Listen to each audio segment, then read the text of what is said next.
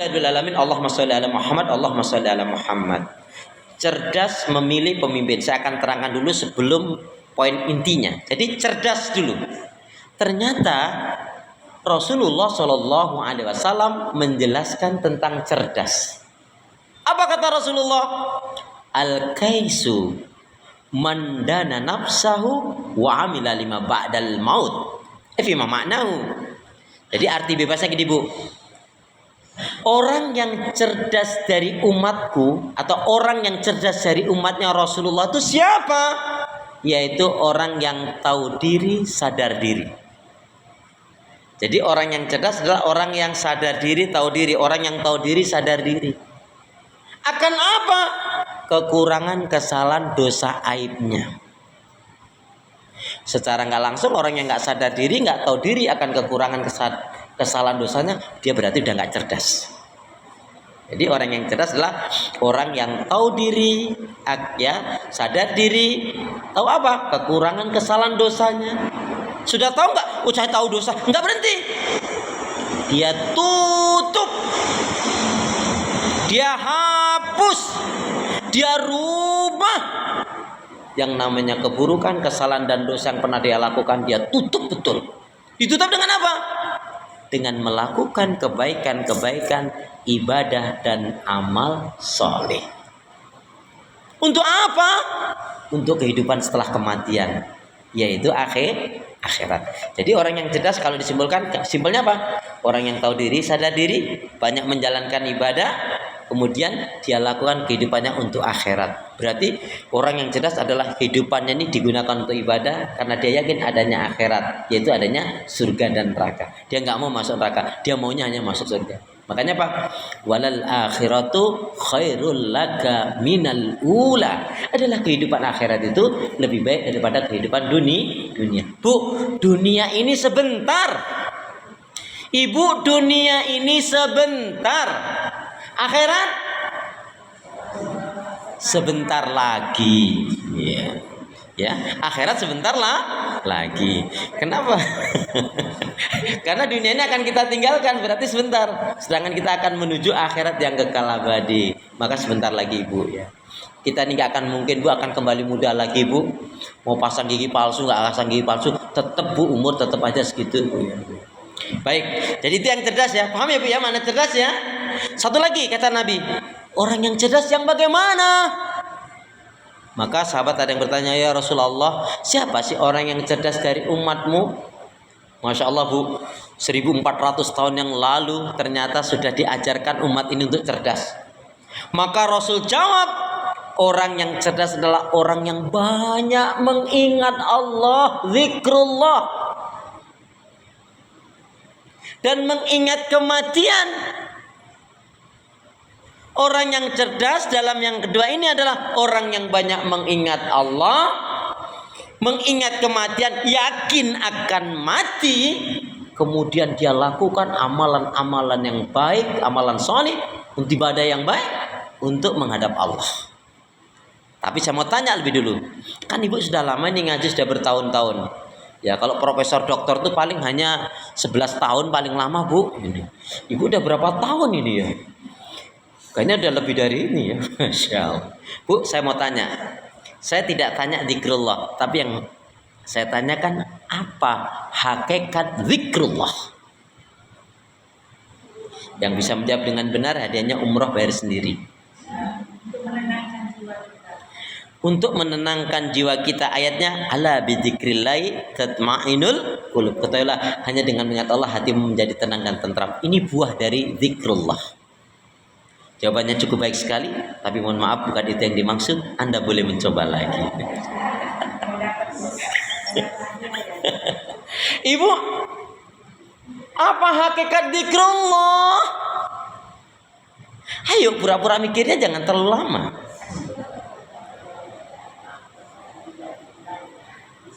Gimana, Bu?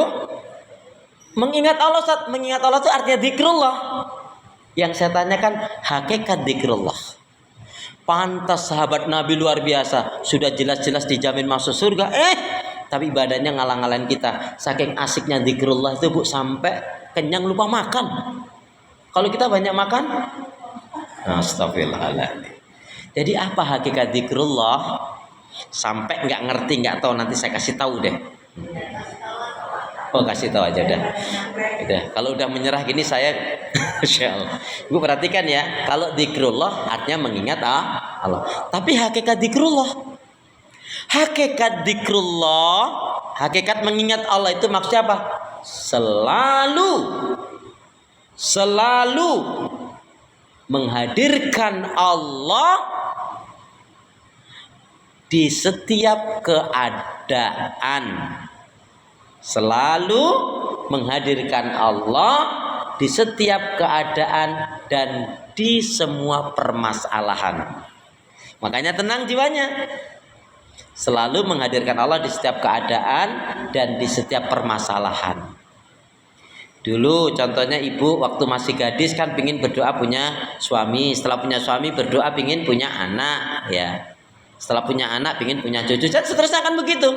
Tapi terkadang kan ya harapan keinginan tidak seperti yang kita harapkan kenyataannya, ya. Jadi saya ulangi, hakikat zikrullah adalah selalu menghadirkan Allah di setiap keadaan. Senang, susah, sehat, sakit, dia akan kembali kepada Allah. Enggak Allah. Dia nggak mau dibisik-bisikin. Yang tidak baik nggak mau dia.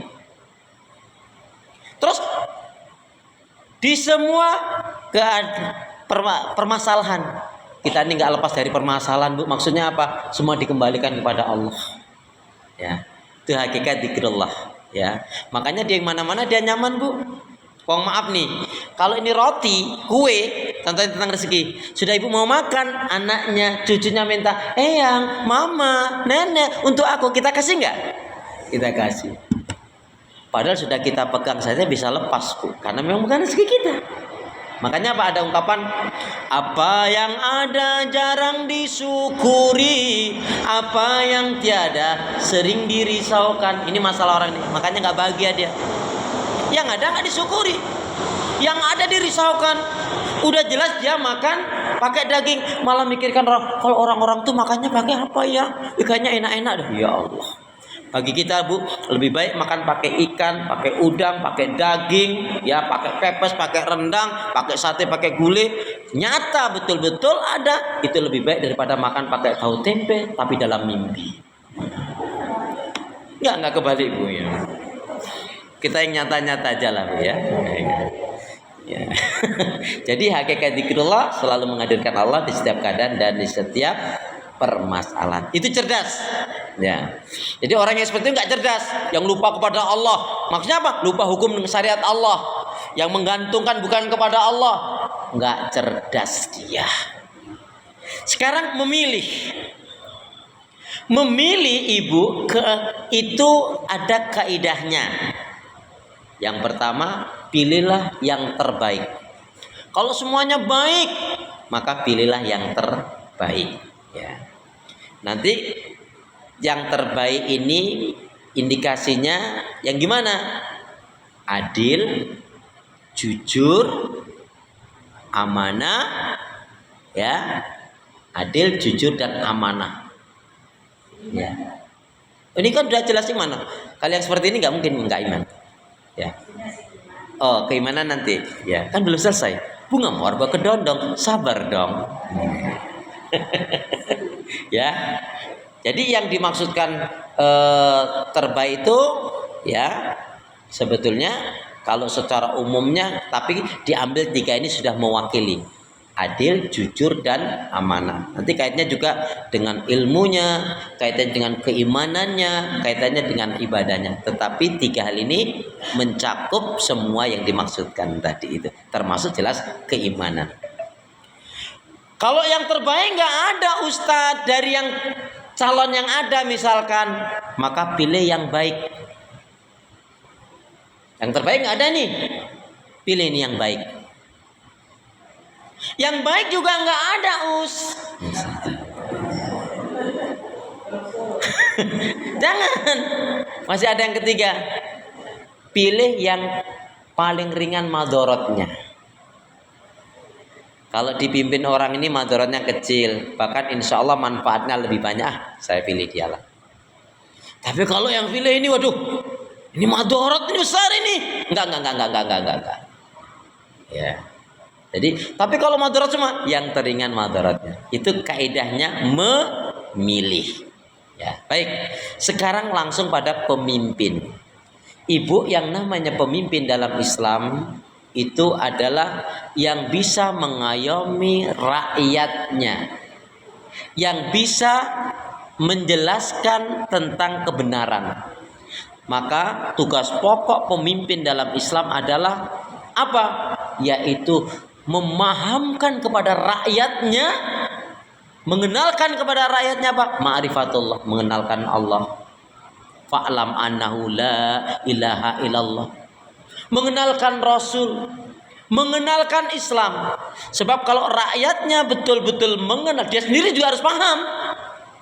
Ya, kalau rakyatnya sudah dikenalkan, dipahamkan mengenal Allah, mengenal Rasul, mengenal Islam, maka insya Allah maka akan baiklah negeri itu, akan berimanlah rakyatnya. Jelas pemimpinnya jelas adalah beriman. Karena itu kita harus jadikan landasan ini. Ya. Baik, sekarang secara umum masalah pemimpin. Ibu, siapa yang tidak boleh kita jadikan pemimpin? Secara umum Allah berfirman, A'udzubillahi minasyaitonirrajim. Ya ayyuhalladzina amanu la tattakhidul kafirina awliya'a min dunil mu'minin. Aturiduna an taj'alu lillahi 'alaikum sultanan mubina. Artinya, wahai orang beriman, janganlah kalian mengambil orang kafir sebagai pemimpin dengan meninggalkan orang-orang yang beriman. Kalau kalian nekat, ada orang beriman, ada orang kafir, sama-sama jadi calon ini. Tapi kalau dia cenderung memilih yang kafir, jangan salahkan Allah, akan diazab oleh Allah Subhanahu wa taala. Ya, terdapat dalam surat yang keberapa dan ayat yang keberapakah ayat yang baru saja dibacakan oleh Ustadz tadi? Itu ayat, ibu cari dalam Al-Quran pasti ketemu. Bukan itu yang dimaksud. Bu? Ibu, terdapat dalam surat yang keberapa dan ayat yang keberapakah ayat yang baru saja dibacakan oleh Ustadz tadi? Maaf ibu ya, ini rumor sebentar. Ya, kalau di tempat lain saya tanya, ibu terdapat dalam surat yang keberapa dan ayat yang keberapakah ayat yang baru saja dibacakan oleh Ustadz tadi? Jawabnya apa bu? Maaf ya Ustadz, kalau kami sudah ngerti kami nggak ngundang Ustadz. Wah, kalau andai kan yang ada begitu saya nyerah langsung saya bu ya. Ya, jadi ada di dalam surat An-Nisa. Coba Qurannya sama nggak dengan Quran saya?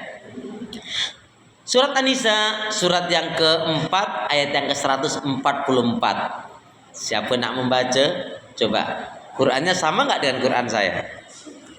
Ya. Surat yang keempat. Surat yang keempat, ayat yang ke-144. Coba Qurannya sama nggak dengan Quran saya? Masya Allah. Ya ibu.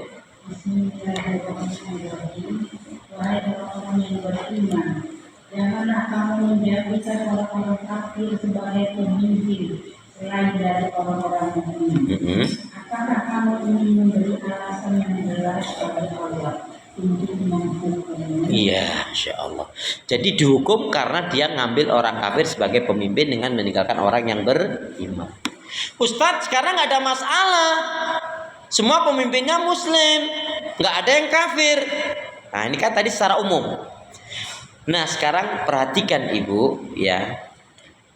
Ada beberapa hal yang menjadikan kita tidak dibenarkan, dilarang. Kalau sampai diharamkan mungkin wow, terkejut gitu ya. Tidak boleh kita jadikan pemimpin yang bagaimana? Satu, boleh ditulis, boleh dicatat, boleh diingat-ingat karena nanti semester keluar ini ya. Siapa yang tidak boleh kita jadikan sebagai pemimpin? Satu, bila ada indikasi zalim. Zalim. Iya, ini Muslim semua ini. Kan yang kalau yang kafir kan nggak ada ini calonnya kan? Semuanya kan Muslim. Berarti surat An-Nisa ayat yang 144 tadi Bukan ini, tapi kalau ada tadi yang non muslim kita wajib. Nah, ini muslim tapi ada indikasi zalim, maka tidak boleh kita jadikan sebagai pemimpin. Coba Ibu, ngerinya Bu, kalau kita angkat orang yang ada indikasi zalim menjadi pemimpin, apa akibatnya? Ini bukan kata kulo. Coba dikau buka, Masya Allah, pada surat Hud. Oh ya, tapi sebelumnya mohon maaf saya tanya. Dulu Ibu waktu belum ngaji lama.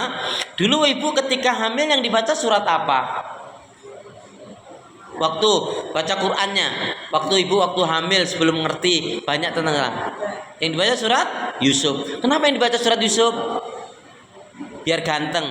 Bu, masalah ganteng dan cakep lihatlah bahannya. Ya. Itu sangat berpengaruh ya Bu ya. Kok yang dibaca surat Yusuf ya Bu ya? Kok yang dibaca nggak surat Muhammad ya? Kan ada surat Muhammad kan? Nabi yang paling sempurna, penutup para nabi dan rasul, rahmatan lil alamin, wa innaka la'ala khuluqin azim, yang memiliki akhlak yang mulia, yang agung, ahli syafaah. Kan begitu Bu ya? Uswatun hasanah ya. Surat Hud, surat yang ke-11 ayat yang ke-113. Ya, monggo. Silakan siapa nak membaca. Surat 11 ayat 113. Zalim.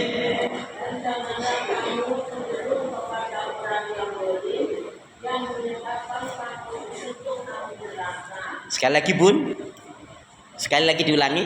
Ya. Dan janganlah kamu cenderung kepada orang yang zalim yang menyebabkan kamu tersusuk api neraka. Dan kamu tidak mempunyai seorang penolong pun dari Allah, sehingga kamu tidak akan diberi pertolongan. Masya Allah, ini ngeri Bu ayat ini Bu. Wala tarkanu ilal ladzina zalamu fatamasakumun nar. Condong saja nggak boleh loh Bun. Janganlah kamu condong, janganlah kamu cenderung kepada orang-orang yang zalim. Ya, ini nggak jadi pemimpin kita condong dia nggak boleh. Ya, apalagi orang yang zalim ini dijadikan pemimpin. Kalau kita tetap nekat menjadikan orang yang zalim ini jadi pemimpin, apa? Fatamasakumun nar, maka jangan salahkan Allah, kamu akan disentuh api neraka. Dan tidak ada pertolongan Bu, kecuali pertolongan yang sebenarnya adalah dari Allah Subhanahu wa taala. Ibu, nah perlu saya jelaskan, zalim itu ternyata setidak-tidaknya meliputi 4 hal. Zalim yang gimana? Penjelasan zalim itu, ini masih nomor 1 ya Bu ya. Penjelasan zalim itu adalah 4, setidak-tidaknya 4 hal. A, kita pakai A, penjelasan zalim. A, ada cenderung kesyirikan. Ya, ada cenderung syirik. Ya, jadi mungkin dia pakai dukun para tidak normal, pakai mistik, magic, ya, pakai dianggap ada kekuatan selain yang lainnya, padahal kekuatan itu hanya miliknya Allah. Nah, ini syirik. Pakai dukun-dukun para tidak normal, dia yakin ada kekuatan yang lain, pakai tirakat yang mintanya nggak kepada Allah. Ini makna zalim adalah adanya kesyirikan. Tidak boleh kita jadikan. B, ya, masih keterangan zalim. B, munafik. Ada kecenderungan munafik orang ini. Apabila berbicara berdusta, berjanji ingkar, dipercaya khianat, mencela-mencele. Ya. Bu, bahaya loh Bu. Ibu tahu kan ciri-ciri orang munafik ada berapa? Ciri-ciri orang munafik ada berapa? Ada 33. Iya. Nah, yang 3 itu yang pokok. Maksudnya apabila berbicara berdusta, berjanji ingkar, dipercaya khianat, itu yang pokoknya. Tapi diantaranya apabila sholat dia suka menunda-nunda mengakhirkan sholat, beramal riya, pengen dipuji sanjung, dia nggak senang dengan hukum Islam, karena kalau hukum Islam ditegakkan nanti akan menghalang-halangi bisnisnya atau keinginannya. Dia lebih senang bergaya-gaya dengan gaya jahiliyah daripada penampilan Islam. Contohnya, Ngubah hukum. Kita ini kan orang Indonesia, udahlah, hukum waris sama saja bagi rata. Nah, itu nggak boleh. Termasuk menganjurkan perceraian. Dan nak ceraikan aja itu istrimu. Nah, karena ini mama mau nikahkan kamu dengan wanita yang baik nih, keturunan orang kaya nih. Istrimu itu mana miskin. Nah, orang tua seperti ini ada kemunafikan pada dirinya. Ada sebabnya, Bun. Artinya kalau ini kan kaitannya dengan pelanggaran syariat yang Nabi Ibrahim lakukan untuk menceraikan istrinya Nabi Ismail itu, karena ada pelanggaran syariat. Kalau hanya karena miskin nggak boleh kan gitu. Ya. Baik, banyaklah. Nanti satu saat kita akan bedah itu ya karakteristik orang-orang munafik. C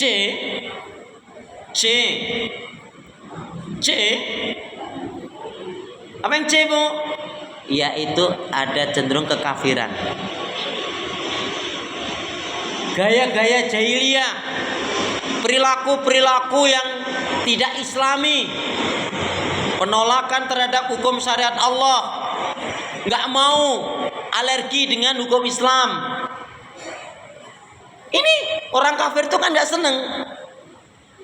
Kalau ada kecenderungan seperti itu, ya berarti tidak boleh kita jadikan pemimpin, karena berarti ada cenderungan kezaliman. D. Yang dimaksudkan zalim yang D apa? Yang D adalah yaitu melanggar hukum aturan syariat. Ya, melanggar hukum aturan. Hukum dia buat sendiri, dia langgar sendiri. Gue lagi. Nah, ini ya. Melanggar hukum aturan.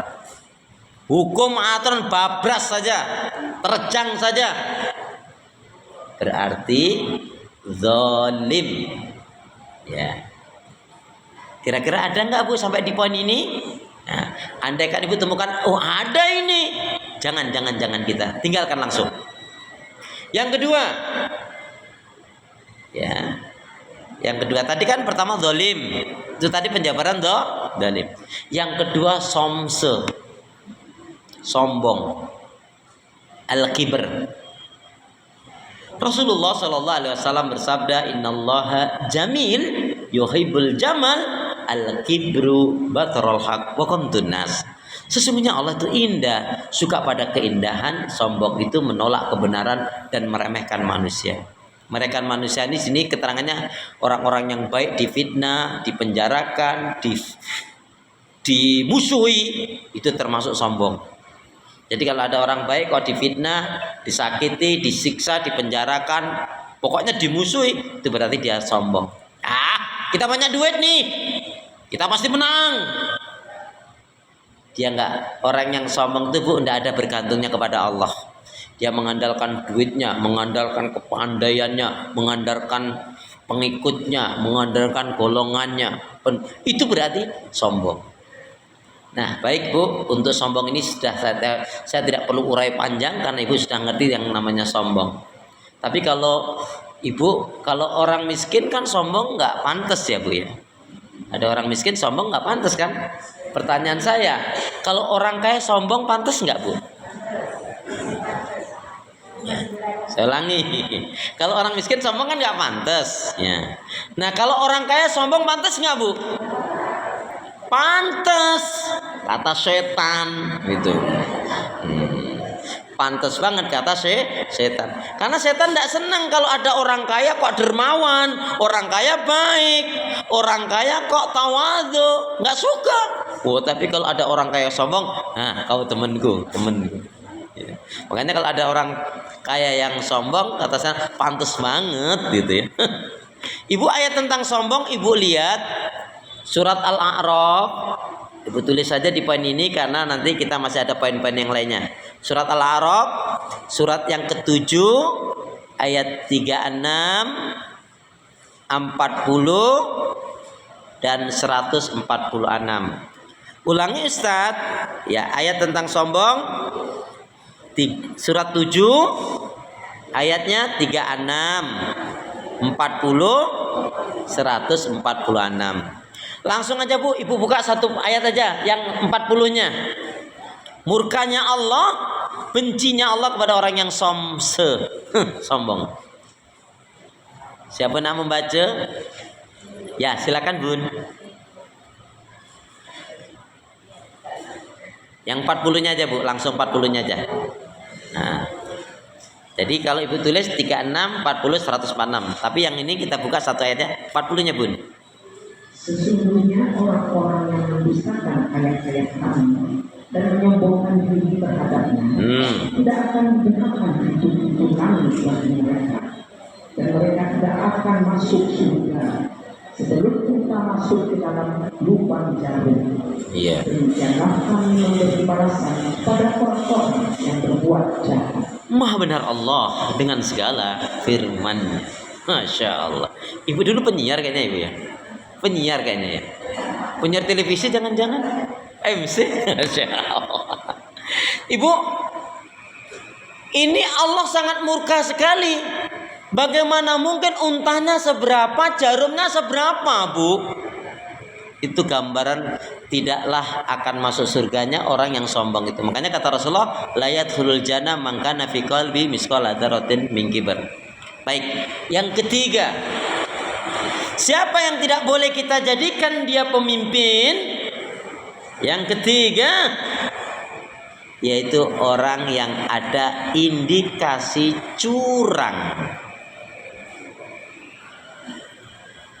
Ada indikasi curang. Ibu, ada ayat, ada namanya surat curang. Surat apa itu? Surat curang. Artinya larangan berbuat curang. Al-Mutaffifin. Nah, surat namanya surat Al-Mutaffifin. Pada ayat yang pertamanya wailul lil mutaffifin, celakalah bagi orang-orang yang curang. Surat Al-Mutaffifin itu Ibu ada di dalam surat yang ke-83 Quran saya. Sama ya? Alhamdulillah sama. Jadi Bu, namanya surat Al-Mutaffifin.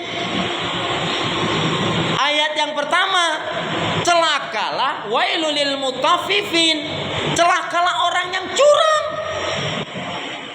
Bu, mungkin di dunia ini dia aman-aman, tapi di akhirat dia akan diazab, disiksa oleh Allah. Maka kalau ada orang-orang yang mendukung orang-orang yang ada indikasi curang, dia pun akan disiksa oleh Allah Subhanahu wa taala. Ya, itu tadi. Kan cenderung yang zalim saja kena tadi. Ngeri nih Bu. Makanya apa tadi saya awal katakan?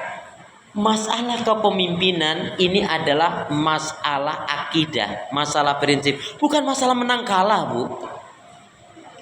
Ibu kalau memahami menang kalah, nanti contohnya Fir'aun berkuasa daripada Nabi Musa, ya kan? Berarti yang benar Fir'aun dong. Malah Fir'aun mengatakan kita harus hilangkan Musa, kita harus bunuh Musa, karena Musa ini hanya penebar, pengganggu kestabilan, keamanan dan lain sebagainya. Padahal Fir'aun sendiri sesat, dolim, sombong, mengatakan aku adalah Tuhanmu yang paling tinggi. Coba. Ibunda Asia, istrinya Fir'aun, karena memegang prinsip kebenaran, kalau dilihat secara kasat mata kalah kan, terbunuh kan. Yang terpenting bagi diri kita, Bu, sebenarnya masalah kepemimpinan itu kan pemberian Allah, takdir Allah. 100.000 tahun sebelum diciptakan langit dan bumi, atau setidak-tidaknya 50-60.000 tahun sebelum diciptakan bumi, langit dan bumi, sudah termaktub fil lauhil mahfuz. Kita ini, Bu, hanya bisa ikhtiar dan menyempurnakan doa saja. Selanjutnya kita bergantung kepada Allah. Itu yang paling penting. Bukan masalah menang kalahnya. Kalau kita menang tapi orang yang kita dukung adalah orang yang dolim, orang yang curang, orang yang sombong, hati-hati, di akhirat nanti akan kena azab juga kita. Itu masalahnya. Jadi judulnya bukan masalah menang kalah ini, tapi kita ada di pihak yang mana. Sebenarnya juga kita tahu loh, Bu. Ketika kita memilih si fulan, berarti kualitas kita ya seperti dia, nggak jauh dari itu. Oh, senangmu yang kayak gitu toh. Ternyata itu menunjukkan kualitas kita tadi. Makanya doa, makanya kita perlu istikharah. Ustadz, aku nggak tahu gimana. Tanya sama guru, tanya sama ustadz yang ngerti. Kemarin kan masih ada ya videonya, debatnya bagaimana, gimana penampilannya, ya. Kan kita ngerti dari situ. Baik, ya. Jadi wailul lil mutaffifin, celakalah orang-orang yang curang. Bu, satu saja penjelasan yang curang nih. Maksudnya orang yang curang yang bagaimana? Yang menghalalkan segala cara. Yang penting terwujud apa yang dia inginkan. Ada seorang wanita ingin mendapatkan laki-laki, akhirnya dia pakai ilmu pelet, ilmu santet, ilmu apalah itu. Naudzubillah min dzalik. Itu dia dapatkan, ternyata rumah tangganya nggak bahagia karena landasannya bukan iman, ya. Makanya nggak boleh kita milih orang yang curang. Bu, saya dulu ingat di Cililitan itu sekitar ya 20 tahun yang lalu lah, Bu. Itu ada satu nenek-nenek, Bu. Ibu tahu lah kalau pedagang buah di Cililitan itu di pinggir itu. 20 tahun yang lalu. Itu ada jeruk waktu itu harganya rata-rata tuh 4.000. Tapi ada satu nenek ini cukup sepuh dia. Saya perkirakan waktu itu umurnya sudah 60-an lebih lah. Dia jual 6.000. Hanya dia yang jual. Jeruknya sama. Saya sudah beli yang 4.000 tapi kok tertahu ini 6.000. Saya penasaran, saya tanya. Simbah ngapunten, ini pasti orang Jawa nih, Bu. Sak menika kok panjenengan kok awis piyambak nggih. Sanesipun niku sekawan niku kok jenengan kok 6.000 nggih. Pripun ta niki? Mbah, kok yang lainnya aja 4.000 kok Anda kok 6.000. Kenapa kok begitu ya? Dia bilang ini. Dia nggak tahu saya. Mas, mau saya hargain 4.000 tapi jangan salahkan saya ya kalau timbangannya nggak nyampe 1 kilo. Itu menjadikan saya penasaran, Bu. Saya beli. Betul lah, Bu, sampai di rumah ternyata betul-betul yang 4.000 itu jauh sekali dari 1 kilo ternyata. Oh, ini bagus. Nah, setelah itu saya banyak tahu juga. Setelah itu saya ke situ lagi, Bu. Ternyata orang-orang yang ngerti itu malah si nenek tadi, Bu, laris dia. Ya. Ibu masih ingat pedagang ya, terus intinya gak boleh curang intinya ya. Ya. Baik. Yang keempat, siapa yang tidak boleh kita jadikan dia pemimpin? Yang keempat, bila mana ada indikasi suka berdusta atau berbohong. Apabila ada indikasi suka berdusta, berbohong, ya, ada indikasi suka berdusta atau berbohong. Bu, sebelumnya kita baca hadis Nabi dulu ya, biar bisa menjadi orang yang jujur dan tidak mau berdusta atau berbohong. Bismillahirrahmanirrahim. Qala Rasulullah sallallahu alaihi wasallam. Fima ma'nahu iyyakum wal kadhiba. Iyyakum wal kadhiba. Fa inal kadhiba mujanibun lil iman. Iyyakum wal kadhiba. Fa inal kadhiba mujanibun lil iman. Jauhilah oleh kalian akan berbuat dusta, karena sesungguhnya dusta itu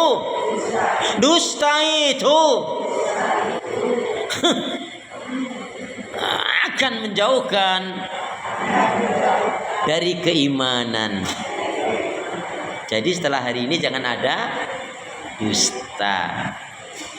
Ibu, punten maaf, saya mau tanya, biasanya yang suka berdusta suami atau istri? Halo, assalamualaikum. Biasanya yang suka berdusta suami atau istri? Kalau ibu bilang suami, saya tanya dulu nemunya di mana? Astagfirullah. Saya rasa Bu, andaikan ada laki-laki suami yang berdusta, andaikan ada, saya rasa tidak semua laki-laki itu. Tidak semua laki-laki. Pantang, maaf Bu ya. Ini jangankan masalah pemimpin. Maaf, ini bukan gurau. Ini bukan canda. Ini memang ada kaitannya ilmu tentang masalah kedustaan ini. Apa itu Bu? Maaf ya, biasanya jangankan masalah kepemimpinan, Bu. Biasanya kalau seorang laki-laki dia mau menikah, apa yang ditanyakan tentang wanita itu? Ada seorang laki-laki nih, kalau dia mau menikah dengan wanita, apa yang biasanya ditanyakan? Apa? Ya. Oh lupa. Sudah lama banget ya Bun. Jadi biasanya kalau laki-laki mau menikah, dia menanyakan kau masih gadis atau sudah janda. Ini nggak ada sangkut pautnya dengan lagu Bu. Ini saya ingin terangkan. Halo. Ya ini. Ya yang Bu, dia nggak nanyanya ke ibu langsung, mungkin tanya ke sampingnya atau ke atasnya atau temennya gitu Bu. Oh karena dia sudah tahu ibu masih gadis masalahnya gitu. Yalah, oke lah, saya terima aja deh kayak gitu. Kali ini saya damai aja lah sama para sesepuh. Bu, enggak, masalahnya nih ada ilmunya Bu. Perhatikan ya. Jadi ketika ada seorang laki-laki nih, dia menikah, ya setelah akad nikah nih, kan menjadi suami istri. Tapi dia belum berhubungan suami istri. Si wanita tadi mengatakan, Mas, maafin aku ya Mas lah. Loh kenapa? Kok belum kamu minta maaf pada apa? Sebenarnya aku sudah nggak gadis Mas, aku sebenarnya sudah janda. Si laki-laki ini kemudian dia tidak suka, merasa tertipu, merasa dibohongin. Maka hukumnya apa? Dia bisa meminta semua maharnya dan apa yang sudah diberikan.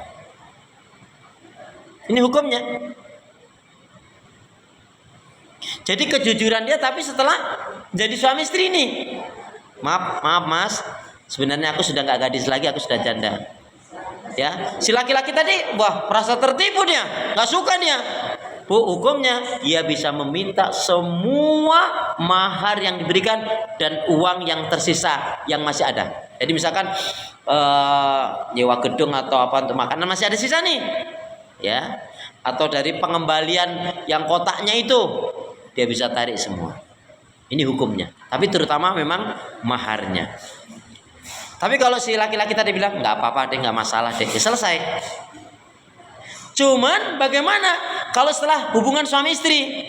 Setelah hubungan suami istri, si wanita tadi, si istri tadi mengatakan, Mas maafin aku. Kenapa? Sebenarnya aku sudah nggak gadis Mas, aku udah janda. Dia marah, dia nggak suka. Dia bisa narik separuh dari mahar yang diberikan. Ini ada hukumnya. Artinya dalam masalah pernikahan pun harus dari awal harus jujur. Karena ketika itu tidak jujur, kemudian si laki-laki dia tidak mau Bu, merasa dibohongin, dia bisa mengambilkan tindakan, bisa menceraikan detik itu juga setelah dia ketahui. Berarti masalah apa? Masalah kedustaan ini serius ini. Na'udzubillah min dzalik. Baik, ya. Ya itu nasib Ibu kalau gitu.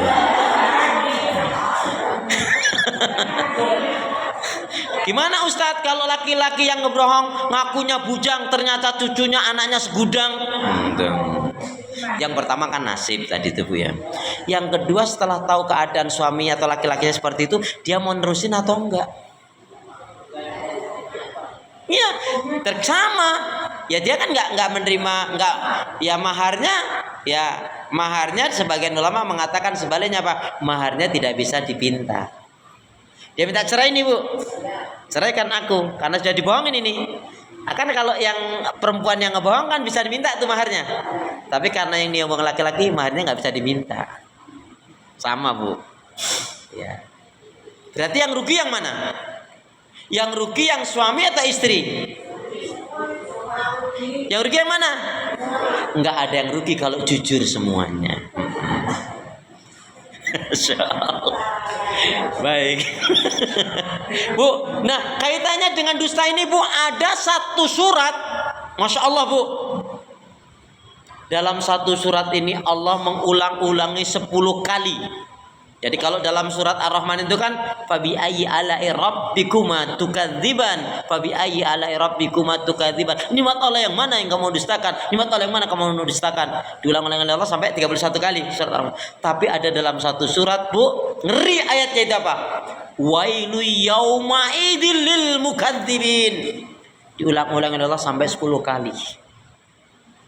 Pertanyaan saya, wailu yauma idzil lil mukadzibin. Celakalah pada hari ini bagi orang-orang yang suka berdusta.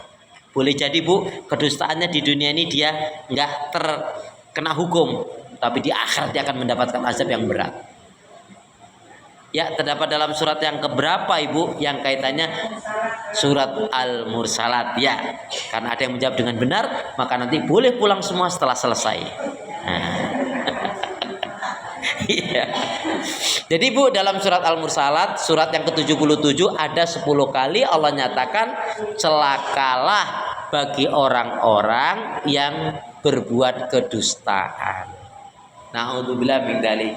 Makanya bu, kalau kita pernah ngebohongin orang tua kita, pernah ngebohongin pasangan kita, pernah ngebohongin anak kita, teman saudara kita, segera kita bertobat. Karena jangan dianggap aman-aman aja, nanti di akhirat nanti dihukum kenapa? Malah ngeri kan? Ya. Lebih baik kita selesaikan di dunia ini bu. Ya. Ya. Jadi surat Al-Mursalat surat yang ke-77. Ayatnya saya nggak hafal, tapi ada 10 ayat yang sama. Wailu yaumaidil mukadzibin. Baik, yang kelima. Oh ya, ayat tentang dusta surat An-Nahl ayat 105. Nah, sedikit saya perlu jelaskan. Kan dalam surat An-Nahl surat yang ke-16 ayat 105 itu kan a'udzubillahi minasyaitonirrajim. Innama yaftaril kadzibal ladzina la yu'minuna bi ayatillah wa ulaika humul kadzibun. Ya. Jadi sesungguhnya orang-orang yang mengadakan kebohongan kedustaan itu adalah orang-orang yang tidak beriman terhadap ayat-ayat Allah. Mereka itu adalah pembohong. Cara memahami apa bu? Cara memahami gini. Sesungguhnya orang-orang yang suka berdusta itu pada hakikatnya adalah orang yang tidak beriman kepada ayat-ayat Allah. Ya, 105. Surat 16 105. An-Nahl surat 16 105. Ya, surat yang ke-16 105. Kita lanjut aja bu ya. Ya, kita kejar-kejar pesawat ini kita, Masya Allah. Yang ke 5 atau 6? 1 dolim, 2 bohong, kak sombong, 3 curang, 4 dusta, 5 bunga mawar.